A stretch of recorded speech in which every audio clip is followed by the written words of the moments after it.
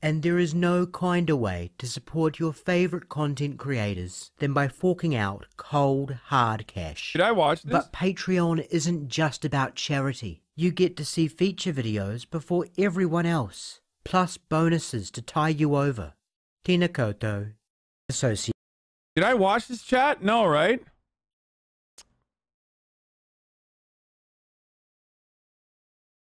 There's a lot of blood.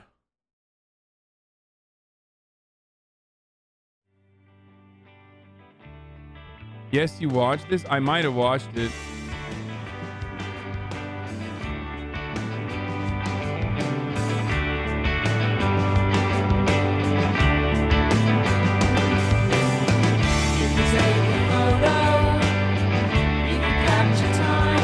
Kia ora. That's a Maori greeting, commonly used in New Zealand, that in addition to saying hello, can also be used as an expression of thanks or agreement. And if that's something you already knew about New Zealand, don't worry, because there's so much left to learn about this little island nation, also known as Aotearoa. You might know about us mainly through the Lord of the Rings movies, and while that association and all the Hobbit jokes that come along with it may have worn thin for some over the years, truth be told, a lot of our country's biggest institutions still can't shut up about it. There's no smoking allowed anywhere of any kind on this aircraft, as it's a fire hazard.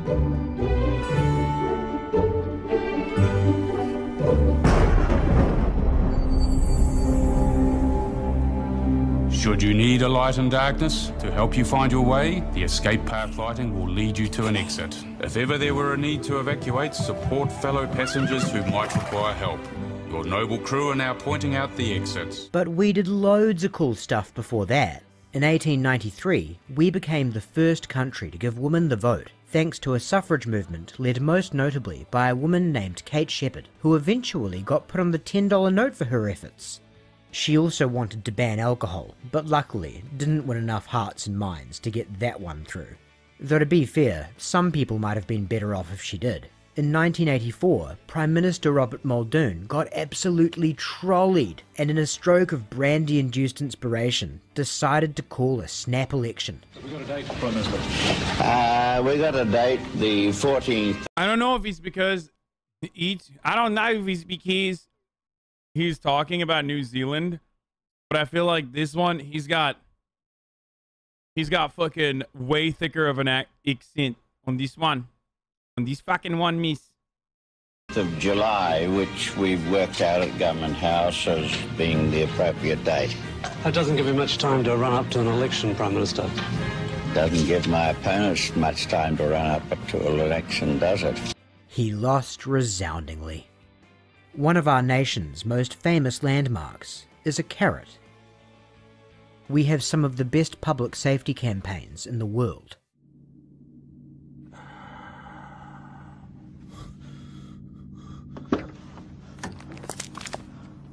Mate, oh, I'm so sorry. I thought there was time. He just pulled out. I don't have time to stop. Oh, come on, mate. It was a simple mistake. I don't know if I was going a bit slower. Please. I've got my boy in the back.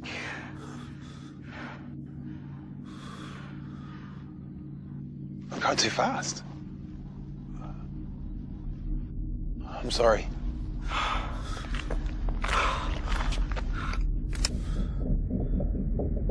Oh my god. Pretty effective, huh? Good thing too, because back in the 90s and early aughts... Wait. Is New Zealand the one where they did the fucking wear a seatbelt in the back of the car? Oh my god, I have fucking full body chills right now. The one where they show you why you have to wear a seatbelt? A libertarian's nightmare?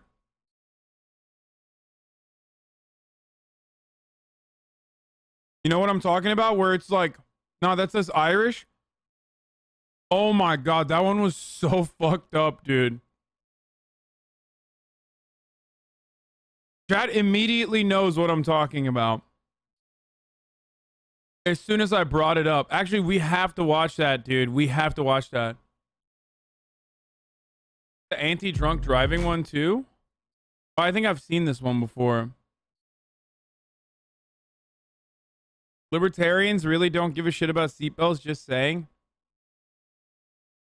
Yeah, that's the joke, is that like honest libertarians do, and that's why it's funny. And also they did back in the day.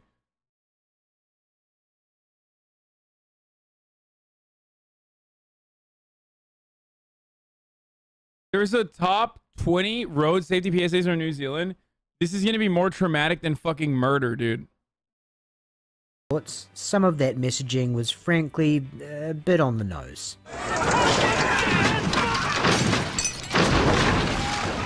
Watch it! Watch it! Watch out! Move! Call a cab! Mark!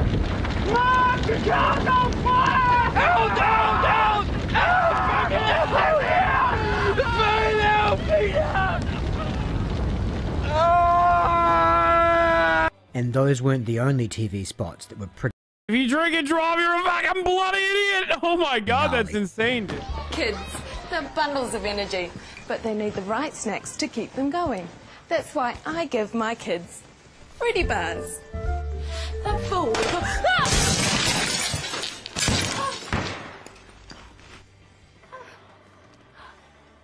Preventing trips around your home can be as easy as tidying up toys.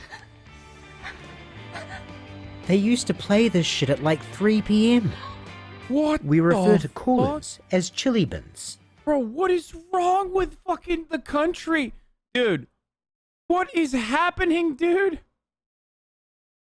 Yo, this is traumatizing, dude. What, are they like just unironically trying to break the brains of as many fucking kids as possible or something? What the fuck? And we even have our own unique folklore that explains why the world works the way it does. One of our favourites being the tale of Maui and the sun, sort of like an origin story for daylight savings time.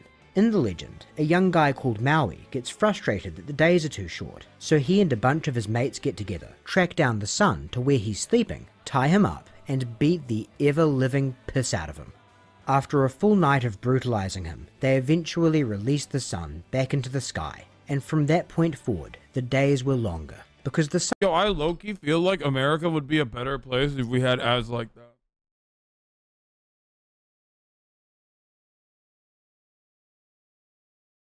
I'm still stuck on the fucking ads, dude.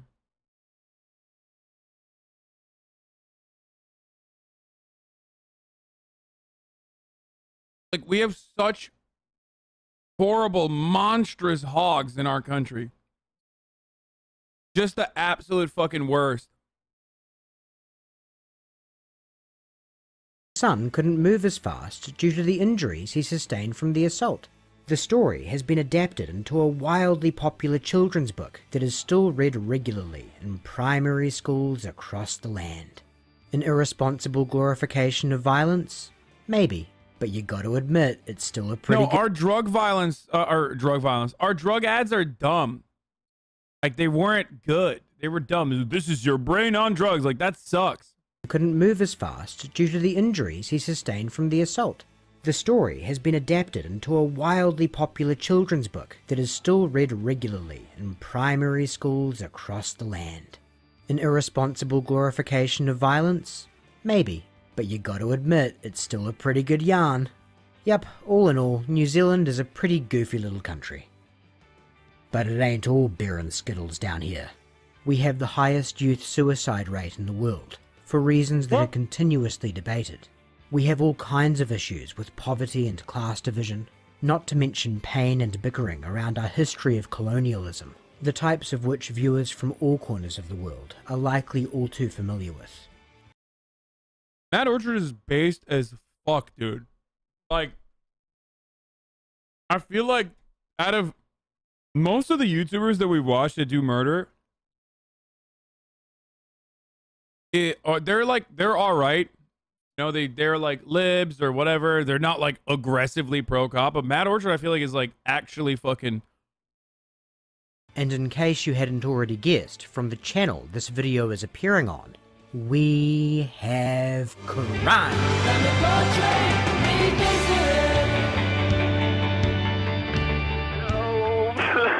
You're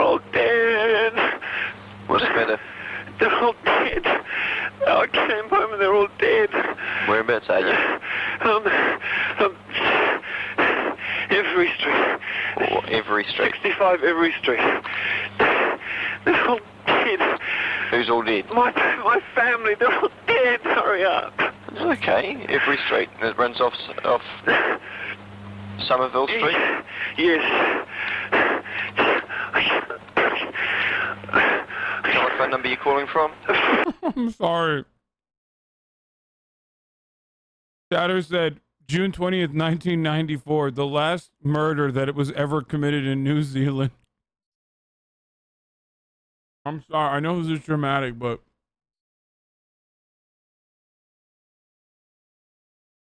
Yeah, well, you know, murder happens, and then they're like, all right, we got to solve it. And then no murders. Australia, gun violence happens. They're like, yeah, we got to fucking, you know, cut that shit out, cunt.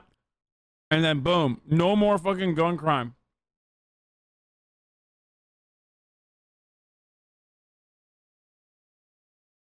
Kind of weird how other countries actually respond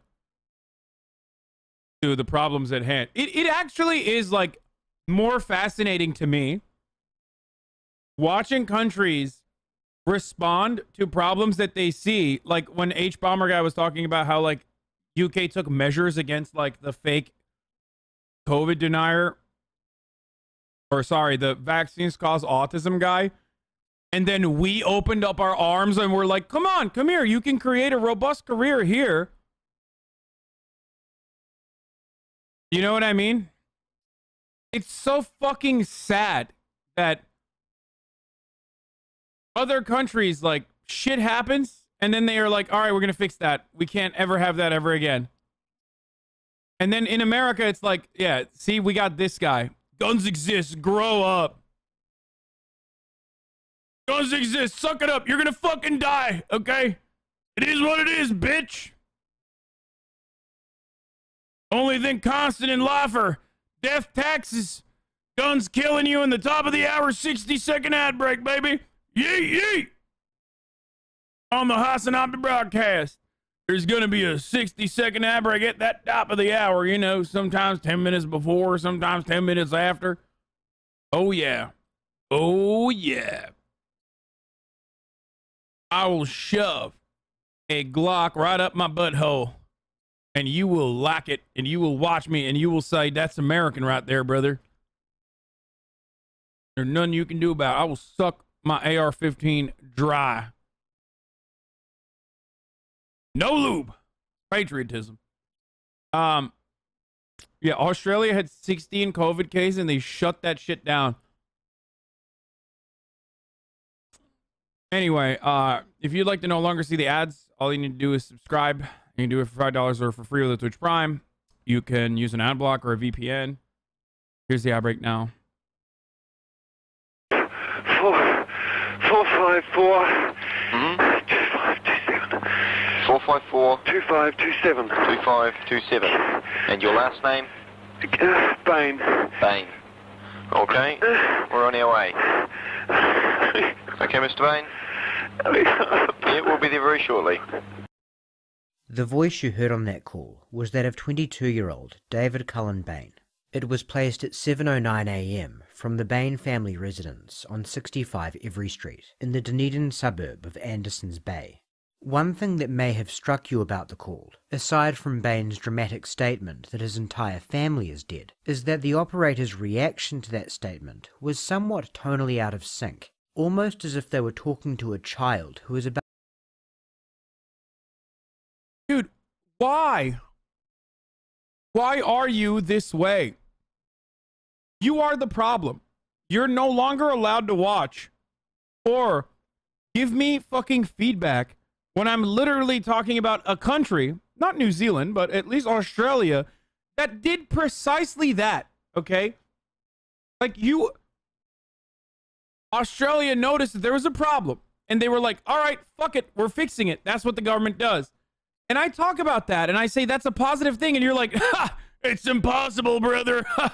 Actually, guess what? People in Australia, they're getting murdered by guns every day, actually. It's fake.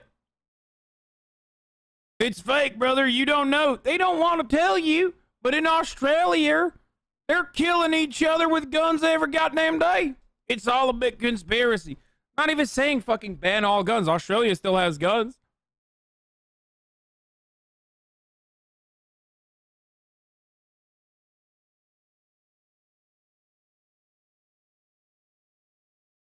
I can't even have a brief fucking moment. Like, I literally can't even have a brief moment where I say, wow, isn't it wonderful when countries see a problem and then fix it? No, Americans are like, fuck you, dude. Here's why we can't fix our problems. It's like, well, you're literally just not listening to anything I'm saying. Like, you're not listening to the words that are coming out of my mouth. Like, that country fixed it. Like, fuck you, dude. No, they didn't. They still have those problems. You shut the fuck up. La, la, la, la, la. I can't hear you. Australia's population is only 25 million. Oh, never mind, dude. When it's small. Oh, yeah. Yeah, you're right. That argument doesn't work for anything, dude. Okay?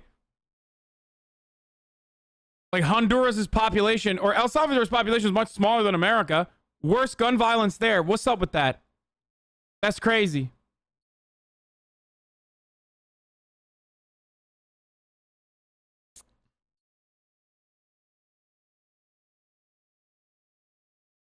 China has less gun violence than the United States of America. Significantly larger population. What's up with that? Like, why do you think this is a good argument, dude? You don't know that? Yeah, you're right. And then the fucking lib-ass take. Have fun. You're about to go to black communities and tell them you're going to take their guns away because white people keep shooting each other? LMAO. First and foremost, it's not just white people who routinely shoot one another. Black people shoot one another all the fucking time. What kind of dumb fucking idiotic argument is this? Okay? So that's one. And two, have fun taking guns away from POC like you can't change the rules of the game at this point. What is this like? Is there a magical barrier around people of color? I don't understand. Where it's like, nah, sorry, fam. I'm actually a person of color, so yeah, you can't do that. Like, what kind of fucking idiotic take is this? This is so triggering to me. Whenever people are like, guess what, sweaty? POC on guns. Oh, shit. Never mind then, dude. Fuck. Because my only point of view is, like, literally exclusively helping POC and not helping white people ever. So now that you said that, oh, fuck, dude, you own me. Like, what? How twisted is your fucking worldview, dude?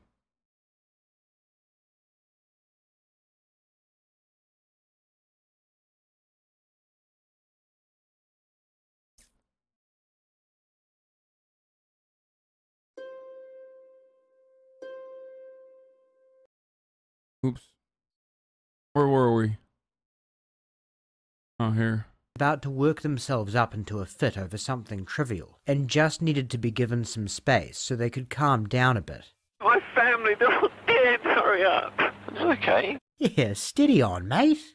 There are any number of reasons to explain the operator's demeanour. Perhaps he was just caught off guard by the extremity of what Bain was conveying. Or he could have simply been skeptical of the claim and thought that Bain was having some kind of psychotic episode. After all, family annihilations are a rare phenomenon. Most emergency operators will never take a call about such a thing. And there is one thing about the call that the operator, a man named Thomas Dempsey, will eventually state on record came off to him as unusual. That often when speaking to people who were in a state of severe distress, he would have difficulty in obtaining the simplest of information from them, right down to their name. When speaking with David Bain, however, despite the presence of the heavy breathing and whimpering, whenever he was asked a logistical question, barring a couple of small stutters. Wait, the Christchurch guy also lived in fucking every street? What the fuck? His answers came back swiftly and succinctly. While the call may sound frantic and disorganized, clocking in at 1 minute, just about on the dot, it's actually a picture of efficiency. We're not necessarily saying you should read too much into that, but on an instinctive level, Dempsey thought the call was odd. And odd might just be the most prominent theme that emerges as we explore the timeline, circumstances. I have no idea what's going on with this, but I'm very interested. I'm fucking tapped in. Someone said there's About blood 10 in minutes this? after Bain's emergency call, constables Jeff Wiley, Kim Stevenson, Is there Liz fucking Andrew, blood in and this? Sergeant Murray Stapp arrive at the Bain residence, where Blood they at spot David through the 25th window Lane of and his room, 29th curled Lane. up on the floor Thank you. and continuing to scream that his entire family is dead. Wait, what the fuck? Is that actually him or is this a reenactment?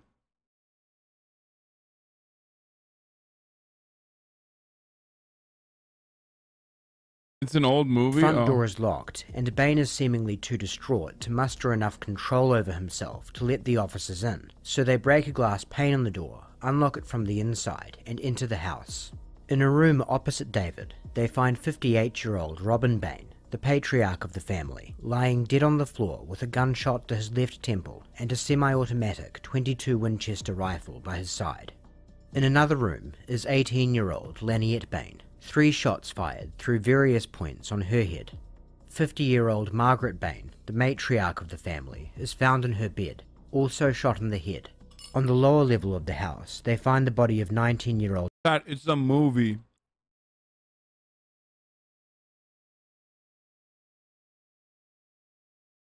It's not real. That's why I asked. Ottawa Bain, lying in her room, also shot in the head. And finally, they find 14-year-old Stephen Bain in a room adjacent to his mother's that they had previously mistook for a cupboard. It appeared that Stephen had managed to put up a struggle for his life. He had a gunshot through his hand, 2 through his head, and a blood-soaked t-shirt was wrapped around his neck. They also find a computer set up in a small office space off the room where Robin was found. It is turned on, and on the screen is one sentence: "Sorry, you are the only one who deserved to stay." What? Police finally started moving the bodies of the slain family late this afternoon. The sole survivor was comforted by ambulance staff shortly after the carnage in Dunedin. Police were called to this house in Andersons Bay just after 7 o'clock, and it turned out to be a house of horrors. The police made a search of the house and located the bodies of 5 persons. All had been shot in the head, and a .22 caliber rifle was also located at the address near one of the bodies. Some of the deceased persons were in bed, while others were found on the floor alongside beds. The family of Robin Bain was all but wiped out. Only his eldest son, David, survives of the 6. He discovered the bodies after returning from his paper round. Today, neighbours were in shock. Well, it's just horrific.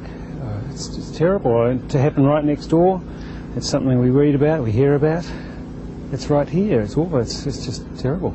Well, I'm shocked and saddened at the whole thing. I can't understand why it would happen. The 3 dead Bain children had all attended the nearby high school. The youngest, Stephen, was in the 4th form. We're really starting off a grieving process, and it's going to take a number of days just to get ourselves back into order again, I think. Mr. Bain was the principal at Tidy Mouth School just outside Dunedin. Today it was closed and in mourning. It's believed Mr. Bain stayed in the schoolhouse during the week and returned to the family home for some weekends.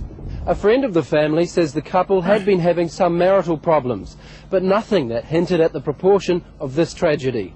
Police have yet to work out how today's killings happened. We believe that that there has been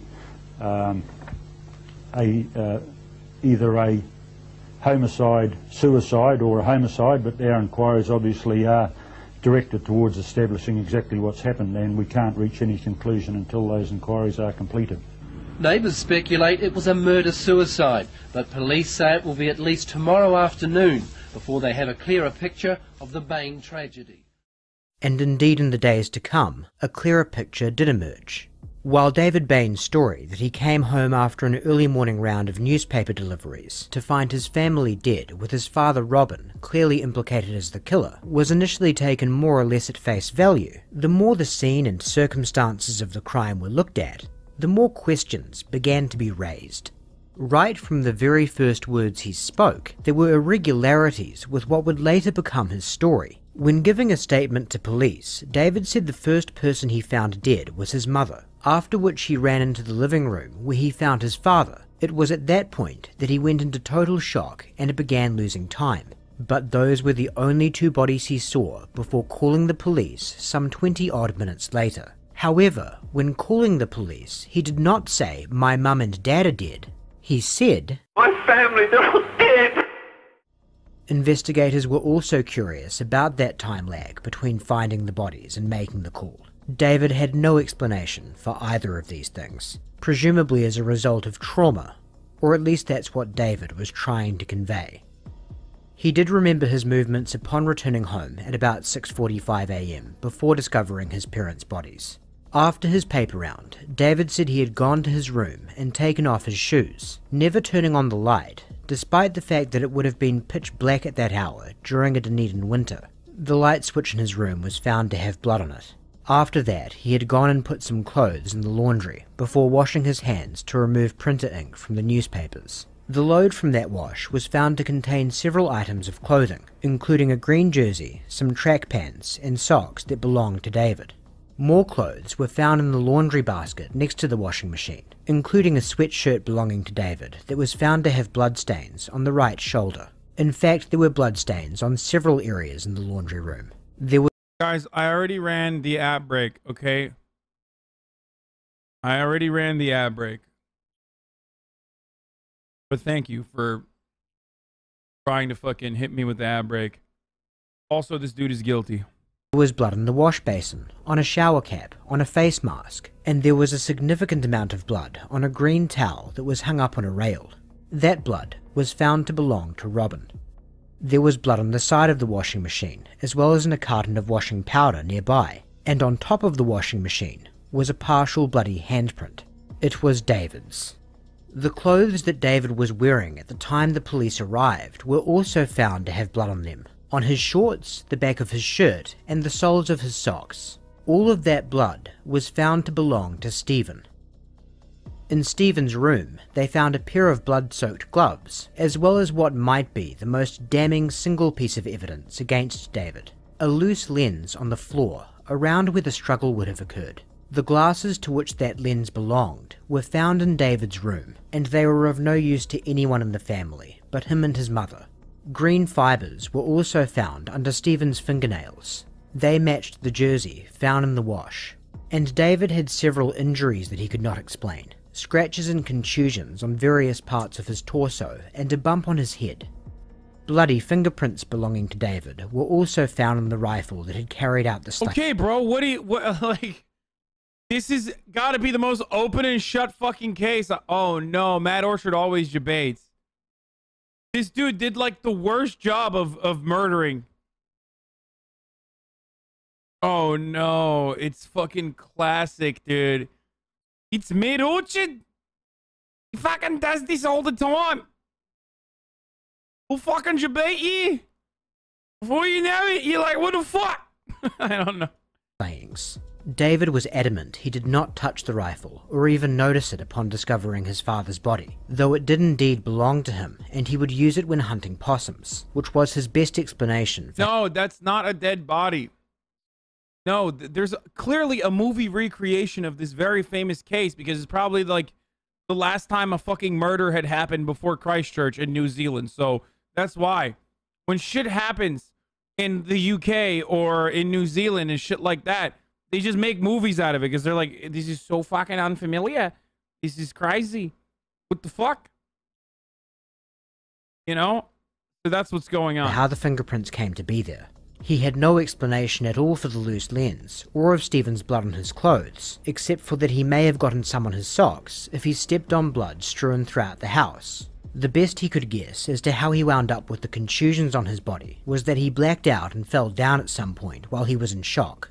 As for the bloody handprint on the washing machine, David's best explanation was that the clothes that were sitting in the— Bro, the fucking UK frogs in here are so unbearable, dude. No, your country doesn't have that much murder, okay? You have, like, knife crime. But, like, when it comes to fucking mass shootings, like, it's literally— I mean, here, do I need to fucking tap the sign, dude? Do I need to show you the video from Owen? Huh? Is that what you want? You need to see?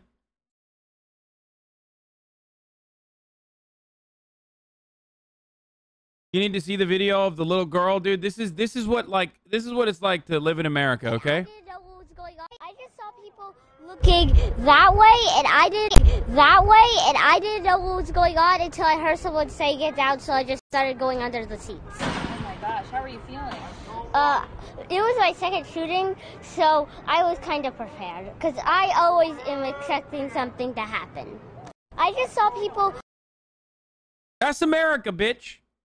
Hey, to all the fucking chatters, by the way, who were like, oh, we can't do anything about guns, brother, what the fuck? I mean, yeah, no, fuck that, right? Fuck that kid, right? Fuck him. Right?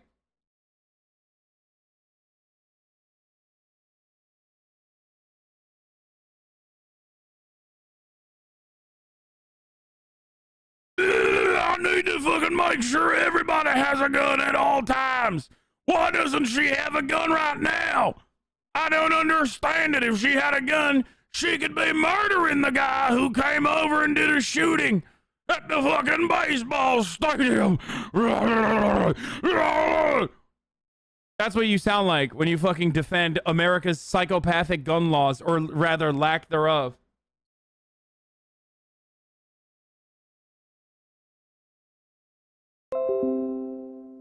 We got like little babies who are like, yeah, it's whatever, you know. I survived the mass shooting last week, so, you know, like my second time, you know. It's chill. Like, not a big deal. You know what I mean?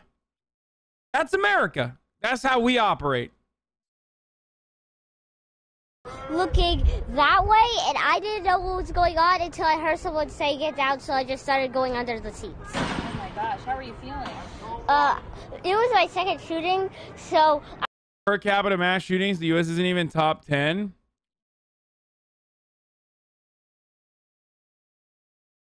Here's a list of developed countries other than the United States that have experienced one or more mass shootings in no particular order.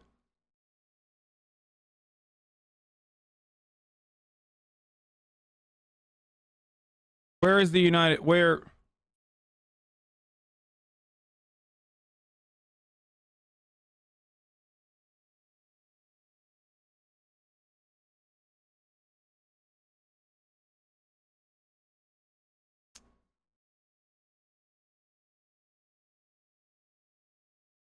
Motherfucker, did you just send me the death rate per 1 million?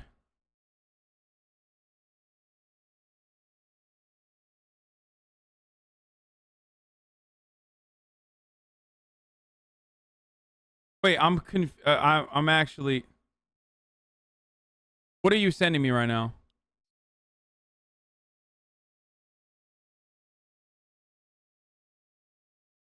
Our KD isn't high enough for some people.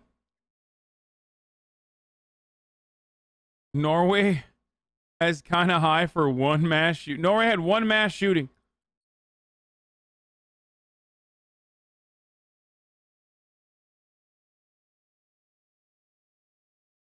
Hold on, dude.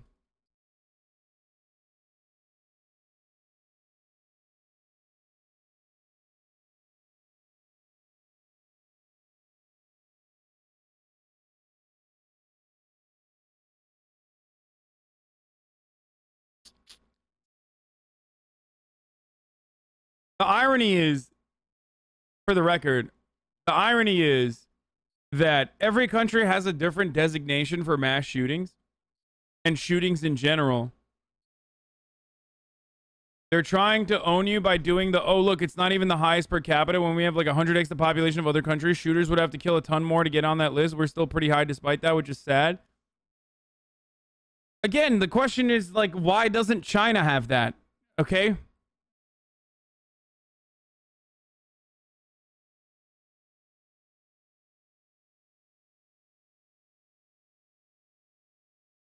And mass shooting are not the only problem with gun violence. As a matter of fact, it's one of the many problems. But having a gun and having so many weapons and access to weapons creates an easy opportunity for so many people to, one, injure one another or kill one another on accident, have criminals steal your weapons, and, most commonly, kill yourself with a fucking gun. So that's the reason why it's a problem.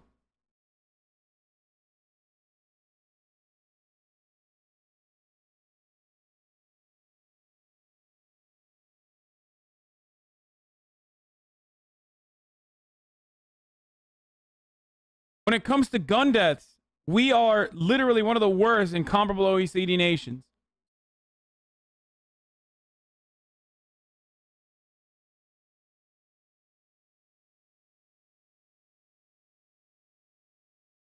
Where is the United States? Oh, here it is.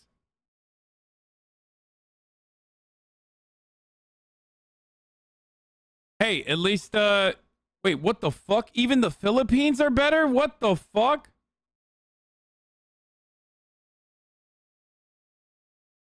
Are you fucking kidding me, dude? No shot.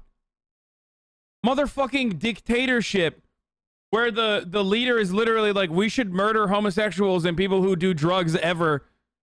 And we're worse. We're worse.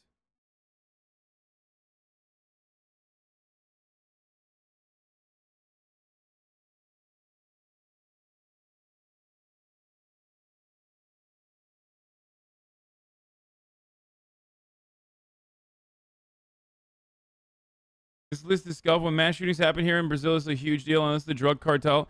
No, this is firearm. This is gun deaths. Okay, we're not looking at mass shootings because the chatter was like, well, let me own you. Like, America has less mass shootings per capita than other countries, and it's like Norway, there's one, and it's like, you know.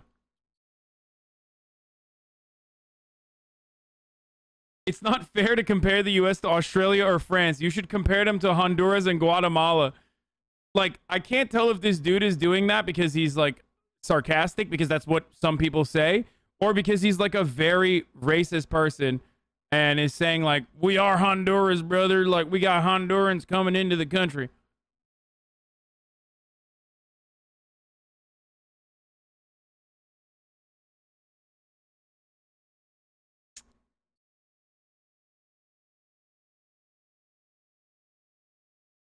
No, people wide clap is like a regular troll. So I'm joking. Okay.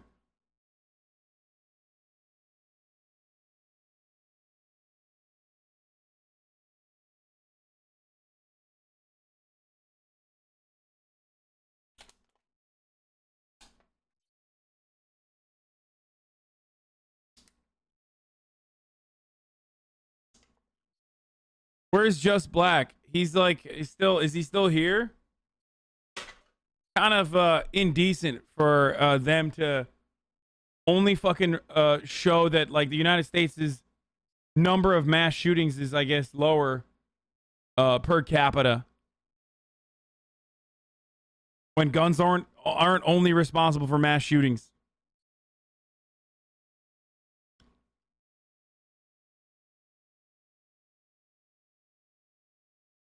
Where is Just Black? He hasn't said anything so far. This is the wiki I put in the chat. You need to sort by total. The US is 9th. No, you're talking about...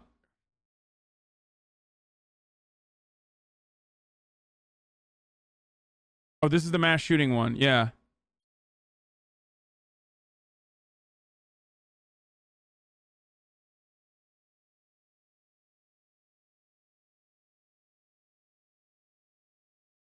Didn't Steven make this point when he was arguing with a gun nut?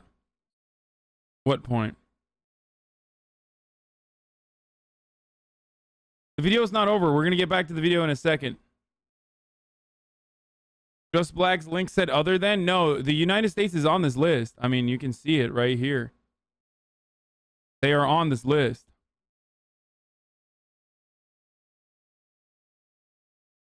The argument that chatter is making is that mass shooting is a far greater problem here than in the United States, okay? Norway has a much larger mass shooting problem than the United States. That's the argument that chatter is making. Okay? Like, actually, the data that he has shows that Norway has a much larger, like, more than double the amount.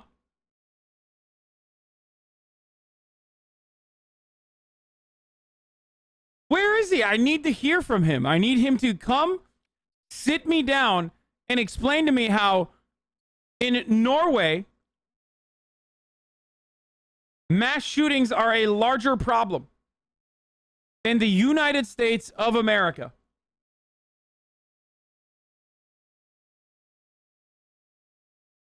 I mean, statistically, I'm right, but overall gun deaths are high, mainly to do with suicides and crime. I link the mass shooting data because people think it's unique to the U.S. when it's not. Wait, statistically, I'm right?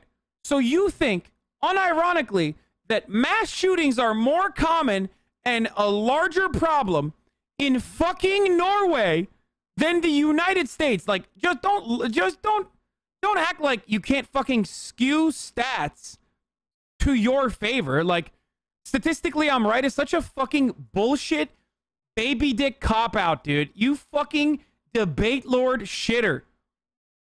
Statistically, I'm right. Oh, I know.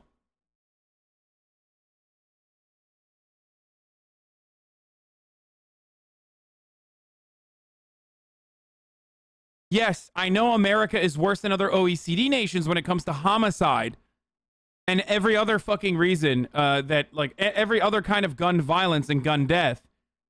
But that's who I compare America to, the wealthiest nation on the planet, not to the fucking Philippines and Central/South American countries. Are you fucking kidding me, dude?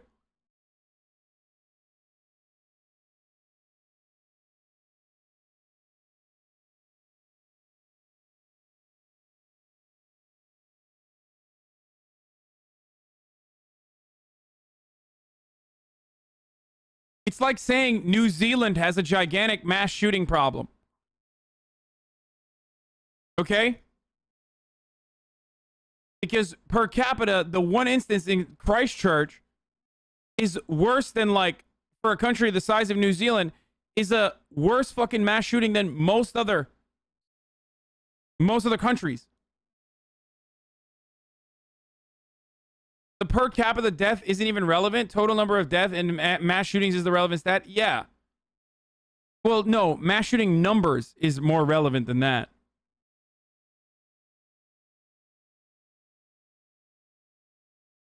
It's a completely insane fucking way to look at this data. Like, I know you like your guns, okay? I know you like the LARP as, like, I'm a lefty, I'm going to violently overthrow the American government at one point, you know, the tyrannical fucking... Per capita stats always skew things, making comparisons useless. No, that's not true. You can absolutely make per capita arguments when comparing countries that have a similar frequency of fucking mass shootings. Except, these two countries do not have a similar frequency of mass shootings. There's like a fucking mass shooting happening every weekend in America, okay? Versus in fucking Norway, there's one that happened 10 years ago that just skews the data.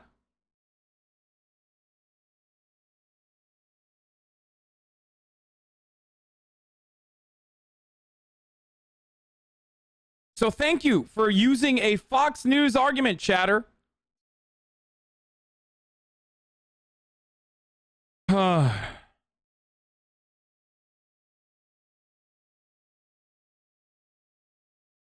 Please look at this and tell me if you legitimately believe that Finland, Belgium, and Norway have a larger amount of has a bigger mass shooting problem than the United States of America.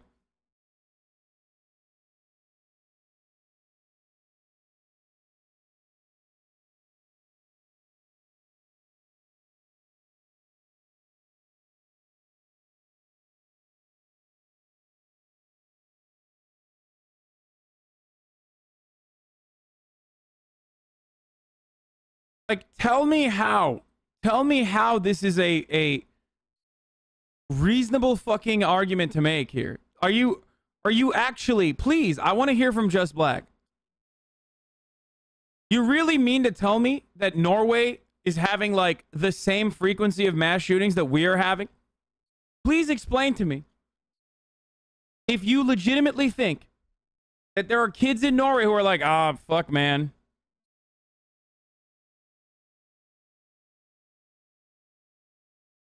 The number of people that are killed by with firearms in Norway. Okay, I'm not buying the Statista account.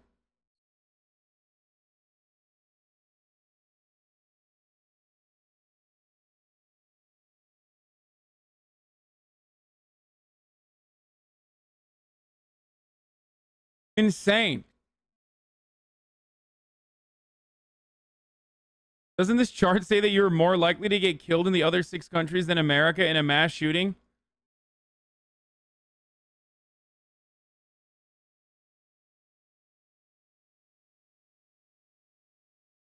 In Norway, there were, yes, there were 2 mass shootings, like 2 notable mass shootings in Norway.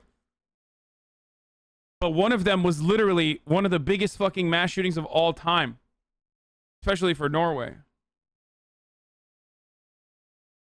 The things that tells us that Norway mass shooters have better aim, better preparation, or security just isn't prepared for those situations. What do you mean mass shooters? Like you're using the plural. Bro, in America, it happens literally every fucking day, dude. It happens multiple times every day. It doesn't happen in Norway, dude. It happened once.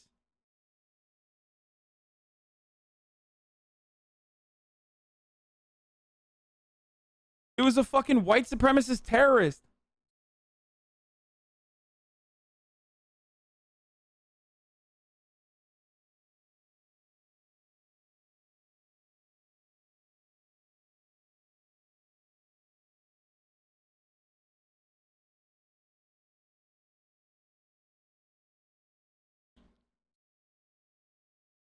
Last mass killing in Finland was in 2017. Knife attack that left 2 dead, 8 injured.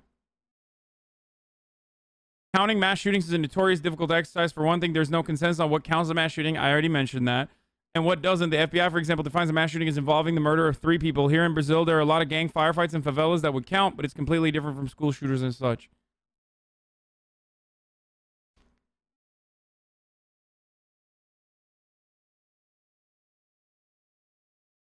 I can't believe that, like, a long-time fucking community memer would unironically toss the worst data I've ever seen in this chat. Like worst. Conservatives don't even use that argument, man. Except for, like, last time a notable conservative used that argument was in 2015 when Brett Baer talked about it. And then it was, I guess, resurfaced on Facebook on 2018. So you're literally doing, like, Facebook arguments on 2018. I never said we didn't have a shooting problem. We clearly do. I was just linking mass shooting. I agree with you about needing more gun laws, though. No. You didn't fucking think about the data clearly. And you dropped that in here because you thought it was a good fucking own because it corresponds to your personal biases. No. You said, no, you dropped the piece of data in there that shows Norway and Finland having a larger mass shooting problem than the United States of America because you thought we wouldn't have the capability of fucking understanding what skews that data so aggressively.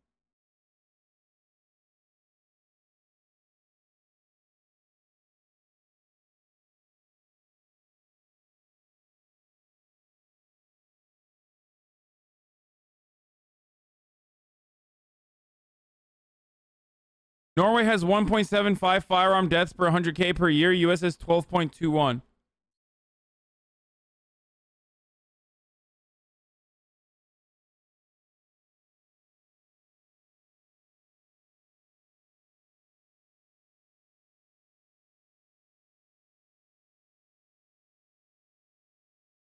US and Europe have similar per capita mass shooting rates, contradicted by his own data. The data reports 25 mass shootings in the US between 2009 and 2015. What?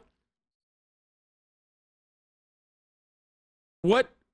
Only 25 mass shootings occurred between 2009 and 2015? This data is already faulty as fuck. John Lott's own fucking congressional testimony was just completely brain dead. Anyway, let's go back to the main video at hand, okay? We're getting back to it. Laundry room would have already been soaked in blood, which was transferred to his hands in the process of putting them in the washing machine. Between doing that and washing his hands, he simply hadn't noticed the blood, as he was just going through a morning routine and acting completely on autopilot. No prizes for guessing how plausible the police found that scenario to be. In a dramatic turn, 22-year-old David Colin Bain was this afternoon led into the district court. He's accused of shooting his entire family in cold blood. David Bain showed no emotion when he made a brief appearance in court late this afternoon. He entered no plea and was remanded in custody until July the 8th. Relatives leaving court tonight would not comment on the twist. Excuse me, have you got any reaction to the arrest today? No, let's leave it, mate. When initially questioned by police, David Bain told them he discovered the bodies after returning from his morning newspaper round. Since the shootings, he's believed to have been staying at this house with relatives. Police arrested him at 1 o'clock this afternoon. Tonight, police issued a brief media statement on the case, but would make no further comment. Detectives had intensified their search at the scene in recent days. They've beefed up staff numbers as they catalogued a vast number of exhibits. Public speculation had centred on murder-suicide, but tonight David Bain is in a Dunedin cell charged with murdering all 5 members of his family. There is of course a big gap between having enough evidence to charge someone and building a strong enough case to convict them. From what we've just been through, it may sound like the Crown had a slam dunk case against David, and while he certainly wasn't looking good, there was no one silver bullet that absolutely locked him in as the culprit.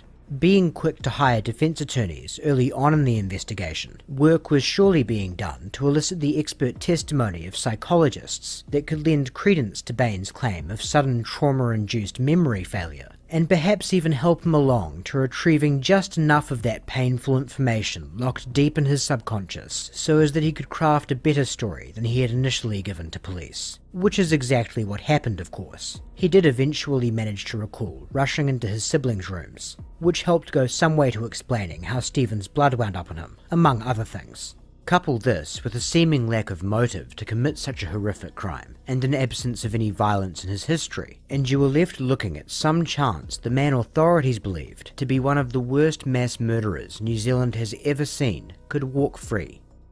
And when fighting to prevent such an injustice from occurring, the process here is the same as it is anywhere else. Step 1. Secure the evidence.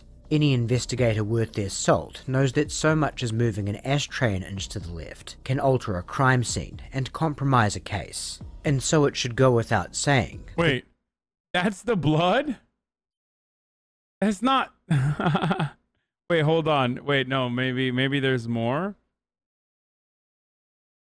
That's what you guys were upset about?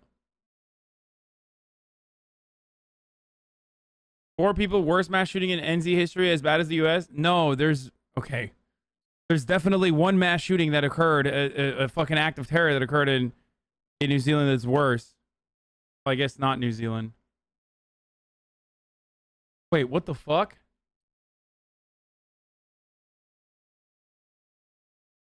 Yeah, Christchurch is in New Zealand. Yeah, Christchurch was definitely worse than this. For a second, I had a brain fart. I was like thinking.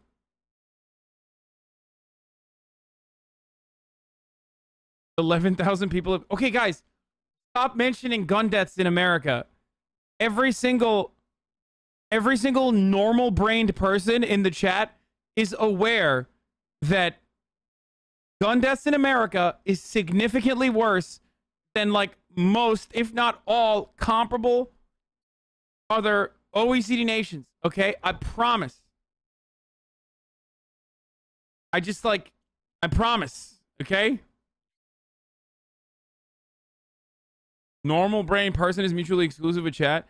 Diablo, I like nail polish. Okay, I think it looks cool. Men don't have a lot of opportunities to accessorize, or we just have like a very basic fucking fashion. Okay, does that help you understand? You keep asking, why do you use nail polish? Why do you use nail polish? That's why.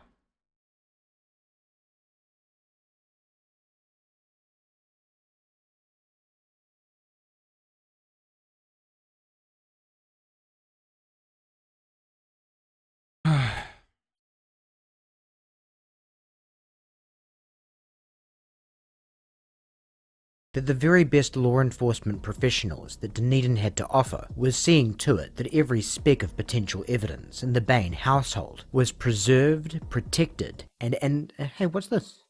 A fiery end for a house that the Bain Family Trust said could no longer be left standing. I'm standing more than 100 metres away from the fire, yet I can still feel the intense heat of the flames. What the fuck? Yeah, they burned the fucking house down. The house was consumed by towering flames for more than an hour. The fire could be seen over most of the city. Relatives say they did not burn the house for emotional reasons or to cleanse the property. It was the quickest way to make way for a sale. For the fire service, it was an unusual operation. We treated it as a humanitarian exercise only. The family concern was obviously that there would be vandalism. Neighbours were glad to see it go. I think it's a good thing. Oh, do you, mate? There's a lot of real bad memories. The house was a bit of a menace, really, just sitting there. And it was going to be done sooner or later by somebody. The legality of the fire has been questioned by one law expert. Bro, this is literally... This is some America-ass behavior from New Zealand. Fucking crazy cunts out there. What the fuck are you doing? The fuck are you doing, mate? These fucking Kiwis, they're fucking crazy. Who doubts that the legal loose ends, such as who owned the house, have been tied up. But a trustee told 3 National News that the only surviving member of the Bain family and the man charged with the 5 murders, David Cullen Bain, agreed. Who's this? Did you know your Bay is streaming right now? Who's my Bay? Something just moved. Who's this?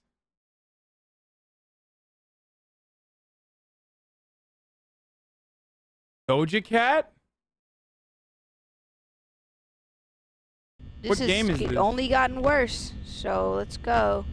There's the party room, the restrooms. Okay, everything looks pretty fucking terrible to me, but I guess that's a good thing. Five Nights at How do we Freddy's. get at it? I've never played this game. Is it good?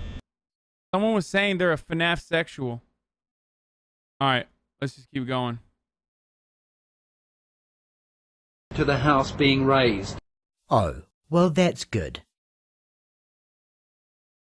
Fortunately, the somewhat unorthodox decision to okay the incineration of the crime scene did not significantly impede the Crown's case, as they had of course already collected a wide range of physical evidence by that point. David Bain pled not guilty, but after a 3-week trial was convicted on May 29th of 1995 for murdering his mother, father and 3 siblings, all in cold blood, and handed a sentence of life imprisonment with a minimum non-parole period of 16 years.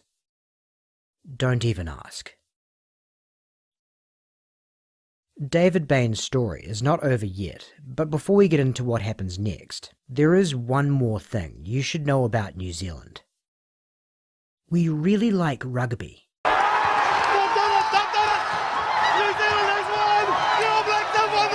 Now Smith, away from Mwanga, McKenzie, quick hands, now Barrett, Johnny Barrett to the corner,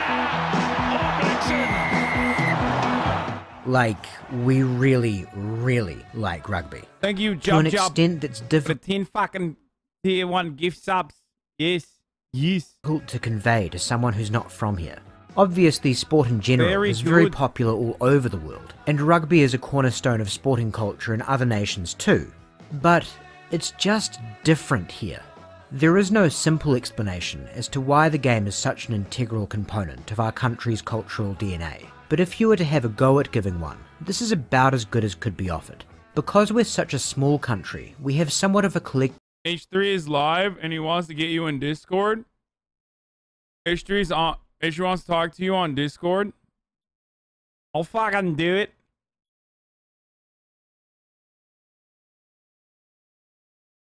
I'll fucking do it, mate. I'll fucking do it, mate. Why hasn't he reached out to me though? Or wait, he might have. I mean,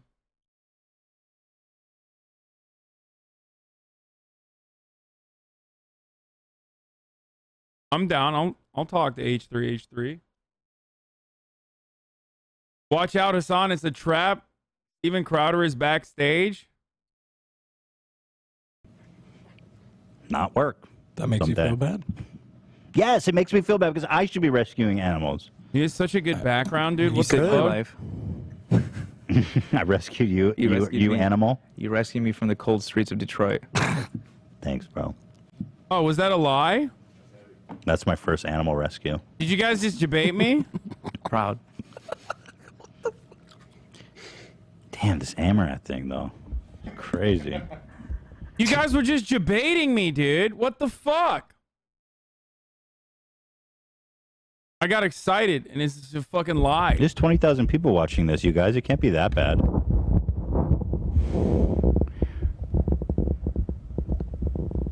That's awesome. All right, I'm gonna bail.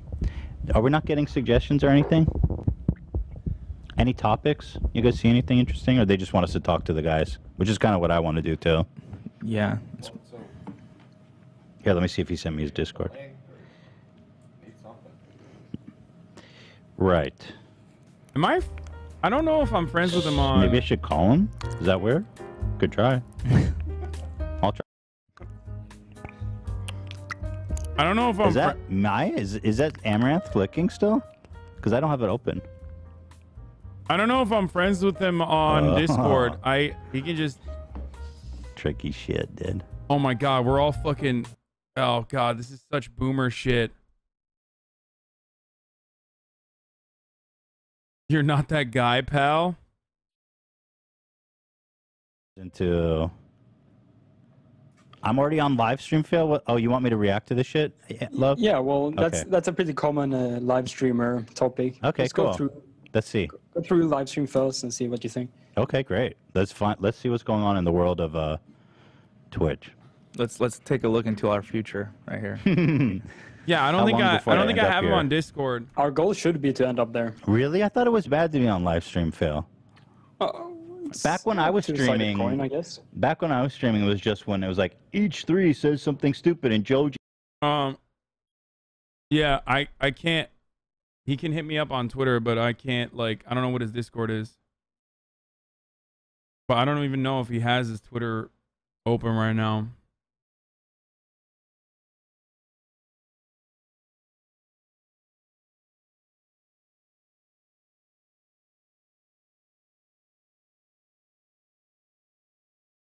I'll just send it to him. Maybe he'll.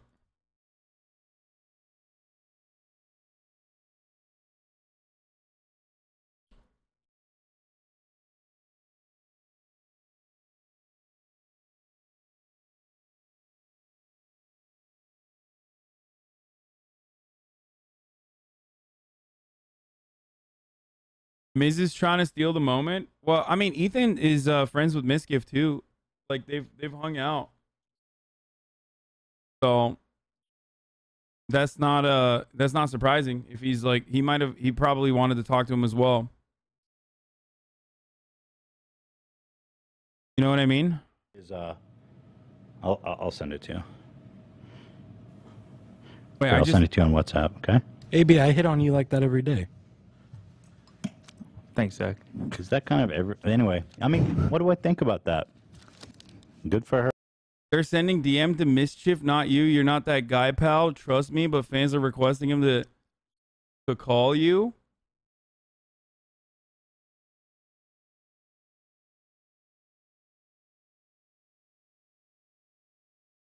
Why do chatters do this? Where it's like, I think you're beautiful.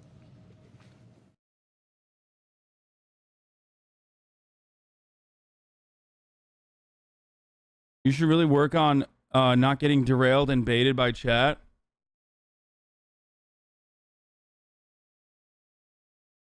All right, well, I sent him my Discord username and number if he wants to talk. Those nations like Belgium, Macedonia, Finland, entire list is combined with way less population than the USA, disingenuous. No, the per capita argument does. The per capita argument isn't a problem in most instances. The issue here isn't the utilization of the per capita argument. Anyway, let's just keep watching this. Insecurity about being perceived as insignificant. As a result, we love it when we punch above our weight and get a big win on the world stage. If a Kiwi achieves international notoriety for something... XQC mocked you watching murder videos? Why? What is going on? Is everyone just trying to fucking drama bait? Are you guys bored? Is that what's going on? Are you guys just like not having fun? So you're just like, let's fucking make content for ourselves by like, you know, baiting shit? They pretty much automatically become a legend in their homeland. Not just because, or perhaps even primarily because, of whatever it was they actually did, but simply by virtue of the fact that their success put New Zealand in the minds of people who presumably weren't thinking of us before. Even something as simple as hearing the country mentioned on a major TV show will induce a noticeable degree of excitement in many of us. Where do you want to go? South America? Europe? Australia? Is New Zealand part of Australia? New Zealand is New Zealand. And nothing brings us the attention and that feeling of significance we so crave with the sort of consistency that rugby does. Our national team, the All Blacks, regularly wipe the floor with countries that have 20 times our populace. Why does he keep talking about rugby? I mean, I'm sure there's a reason, right? So if you're good enough at rugby to become an All Black, you're endowed with a kind of aura that sets you apart from the rest. Again, other countries have celebrity sports stars, but again, it's just different. The point of all of this is, in New Zealand, if you have public image problems you really need to work on, like say for instance, pretty much everyone thinks you killed your whole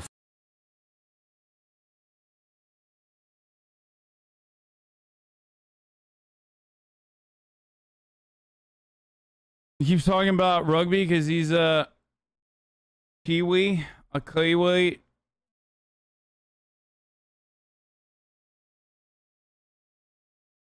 But like, why? What is the reason for why he keeps bringing that up? Family, and you want to rectify those problems, i.e. convince as many people as you can that you didn't, having an All Black in your corner is a big plus. Now don't take that the wrong way. We're not saying that in New Zealand any nationally admired rugby player can just walk into the Court of Appeal, kick a ball over the judge's head and score an acquittal. You still need a case and supporting evidence just as much as you would in any other country. But in terms of getting the word out and building your case in the court of public opinion, an All Black makes for a very desirable advocate. And David Bain found such an advocate in a man named Joe Karam. Having played in the team as a fullback, known for packing one hell of a kick from 1972 to 1975, Karam stumbled upon the cause of Bain's innocence in 1996 when he had an encounter with a small group of students that were selling jam to raise money for his appeal. He listened to their arguments and was intrigued enough to begin studying the raw case files for himself. From there, he not only personally befriended David Bain, but became somewhat of a de facto attorney on the case himself, building new arguments and unearthing new evidence through his own original research. Here are some of the key points that David's team and Joe Karam brought forward. An adequate case was never made for Robin Bain as a suspect. One of the things that makes this case so peculiar is there are only improbable scenarios to consider, yet we know one of those improbable scenarios must be the truth. The two-person suspect list is the clearest illustration of this. Though the Bain case is very divisive, everyone agrees on one thing. It was Robin or it was David. The problem is that neither Robin or David had anything resembling a logical motive to want to annihilate their entire family, except that David's defense team were able to unearth some details about Robin that would certainly make him a more likely culprit. Robin's relationship with Margaret Bain had been deteriorating, and he had begun living in a caravan in the backyard. That much was known at the trial. What wasn't known is that his 18-year-old daughter, Laniette, had been telling some of her friends and associates that he had been raping her for years. When we say it wasn't known, the revelation did come up during the trial, but was never presented to the jury, as the only person who came forward with this information was a friend of Laniette's named Dean Cottle, who subsequently failed to appear in court. Boys, you're trying to communicate something to me about Ethan trying to contact me when I've already DM'd him. I DM'd him on Twitter with my username on Discord and number. Okay? And I also told him, let me know your producer's Discord name because otherwise it might get lost in the sea of requests. So,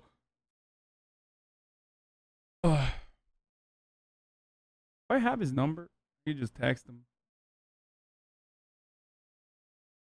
I don't have his number, but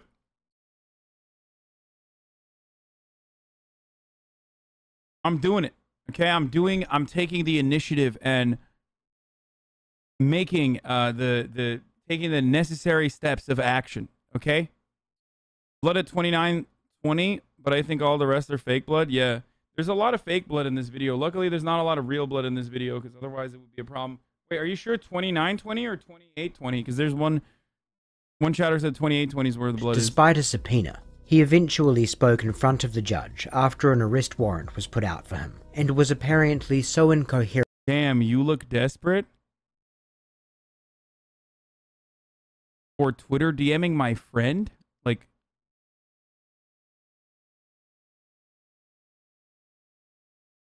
do you lack comprehension? Do you not understand how, like, how this works? Like, I don't understand. Why is it that chatters always fucking act like they know what's going on behind the scenes, like, better than the way the streamer's describing it? You know what I mean? It's always like, dude, you're fucking desperate, dude. That his testimony was deemed to be unreliable. In the years following David's conviction, however, more friends of Laniette came forward to substantiate much of what Cottle had said, that Laniette was anguished over being abused by her father, and might come forward to accuse him publicly, the prospect of which one could imagine might push him over the edge if he were already mentally unstable, which by some accounts he certainly was. Robin worked as the principal of a small primary school, and shortly before the murders, some of his young students had taken to writing stories about children who murdered their entire families. Some of his colleagues were shocked when Robin decided to publish these stories in the school newsletter. Bloody sock prints may have implicated Robin. During the trial, the prosecution argued that bloody sock prints on the floor were David's. David never actually protested all that much against this, because his thinking was that he may have stepped in blood while discovering the bodies, put as much stock in Okay, that's actually fair. That was a lot of blood. There was blood there. that explanation as you like, but one thing's for sure, the prints belonging to Robin would be a lot better for David's defense. And as it turns out, more evidence came to light showing that may well be the case.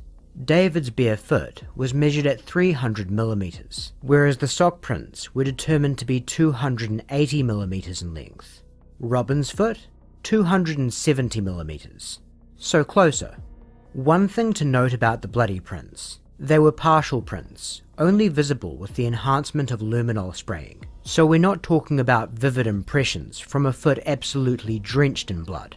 That the 280-odd-millimeter prints could have been left by David's bigger feet or Robin's smaller ones are both possibilities, but later experts, who leaned much more in Robin's direction, were forced to rely on estimations derived from photographs from the initial investigation on account of the fucking house being burned down. So even if this point isn't conclusive, it lends a lot of credence to the notion that David was denied a fair trial, as his team was never able to conduct the sorts of measurements and tests that might have resulted in a much more concrete finding that the prints were not his. The bloody fingerprints on the rifle may not be so damning after all. Bloody fingerprints on the murder weapon is the kind of phrase that's sometimes used as a hyperbolic example of the most damning evidence someone could possibly have against them, so you'd be forgiven for laughing at David's explanation that they might have come from hunting possums. But tests were done after the trial that showed maybe, well, maybe. While blood from other points on the rifle was tested at the time and came back positive for human DNA. Dude, the fucking 12-year-old Miss kids are significantly worse than Minecraft stands, I've decided. I mean, actually, some of them might unironically be Minecraft stands because Miskiv is, like, constantly fucking collaborating with them. I don't care. Like, I just want to watch this video, man. Can we please just fucking move on? Like, if they want to have me on the fucking show, they'll reach out. Like, you guys are so fucking annoying, dude. And yeah, Dan fucking sent me a request already. Jesus fucking Christ, chat. I don't know why you're like this, dude. I don't understand. Oh, Miskiff beat you, dude. He beat you. Okay, dude. I'm glad. I'm happy. Okay. Then go fucking watch him. Then go watch him. Why are you here? This is something I will never understand. Why don't we just go watch Miskiff then? DNA. Emote only for the GTRP level of chat bait. Yeah, literally, like, it's so fucking cringe whenever streamers and their communities interact with one another. It like gets to a point where I'm like, you're derailing the fucking stream to a psychotic fucking degree. Like, what do you want me to do? Fucking get upset or something? Like, I don't understand. The ever so important blood that had David's fingerprints in it was not until 1997 when his defense team did have such tests done and the results did not come back positive for human DNA, i.e. it could have come from a rabbit or a possum or some other small creature. Think this sounds like a stretch? Hey, you may well be right.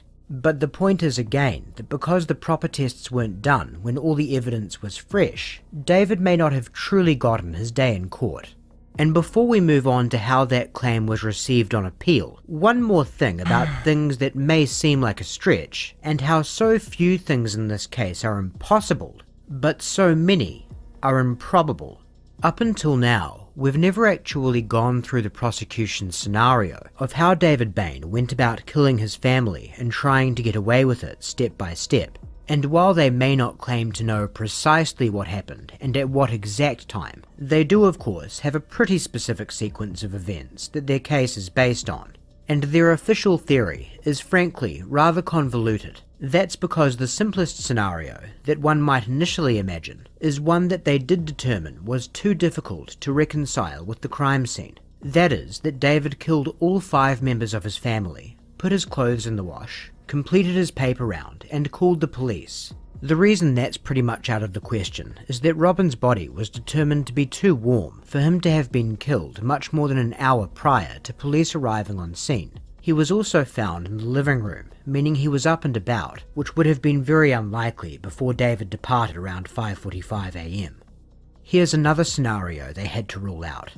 David arrived back from his paper round at 6:40 to 6:45 AM, killed all 5 members of his family, including his brother Stephen, with whom he had a serious struggle, performed whatever staging was necessary, and put his clothes in the wash before calling the police at 7:09 AM. So 30 minutes max for all of that. Probably more like 25. A stretch for sure, but why impossible? Well again, Robin Bain's body was considerably warmer than the rest of the family's. So in other words, he died last, and not just by a matter of minutes. And so here is the prosecution's scenario. The 4 before, 1 after theory. David gets up sometime before his paper round at 5:45 AM and proceeds to murder his mother, brother, and 2 sisters in an unknown order. I'm gonna go. We're gonna take a break from this. I'm gonna run a 1-minute ad, and then after that, I'm gonna go and talk to Ethan and Miskiff. Okay.